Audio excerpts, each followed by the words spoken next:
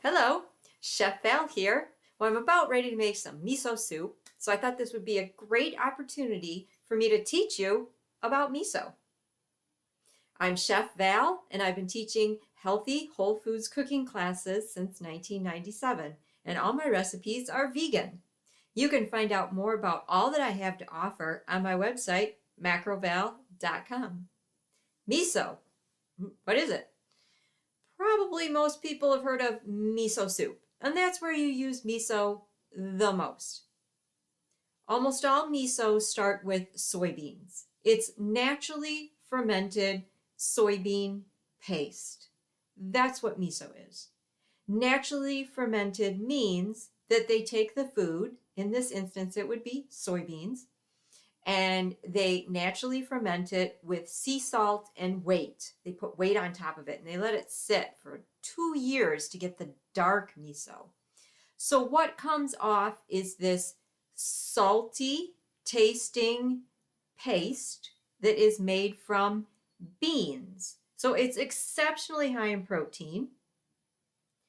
Now, when it comes to the miso, it is a salty condiment. So some people are confused, like, what should I do with it? How should I use it? Anytime that you would use salt in your cooking, you could use miso. That's why miso is so fantastic for soup, because usually soup is seasoned with some sea salt. Well, you could use the miso to make the salty soup. You can also use miso to make sauces and gravies and dips, stews. I like to season stews with miso. Turns out really well. So let's take a look at miso. So here I have a traditional dark miso.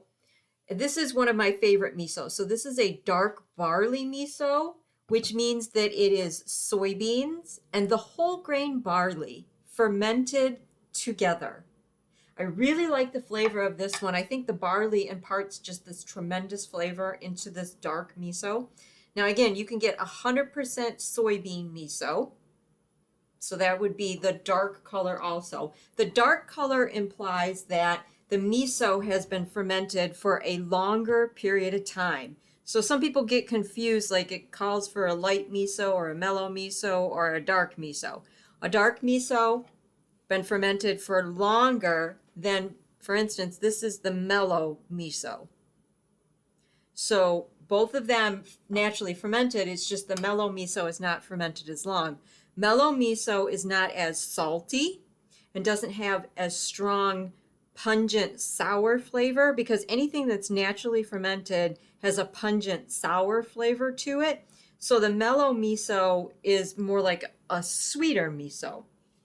Why is miso so fantastic for you? Well, I already told you it's ridiculously high in protein, but miso has a very strong cleansing property. In fact, it can cleanse toxins out of your system. It can cleanse heavy metals out of your system. In fact, it can also cleanse radiation out of your system.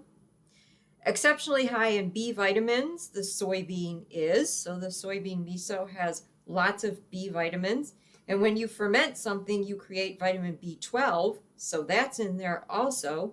Because it's a fermented food, it's full of enzymes, amino acid, lactic bacillic acid. So it is a live food. Miso also helps to alkalize your blood. And you want your body and your blood to be slightly alkalized because disease lives in an acidic condition. So miso helps to alkalize your system. That's another reason why it is so beneficial and healthy for you. So when it comes to miso and the recipe that you're choosing, it sometimes depends on the season of which you're cooking it. For instance, the dark miso is a saltier flavor. So this would be more of a winter miso. And then the light miso, which it has more of a lighter flavor, this would be like a summer, springtime miso is where you would want to use it. And again, the best way to use your miso is to make miso soup. And I have many miso soup recipes. You can pull up other videos where I feature miso seasoning soups. And you can also go to macroval.com And you can get any one of my 5 cookbooks, all of which have a miso soup recipe in them. Remember, your journey to eating healthy begins with one small step. Let's make that small step miso.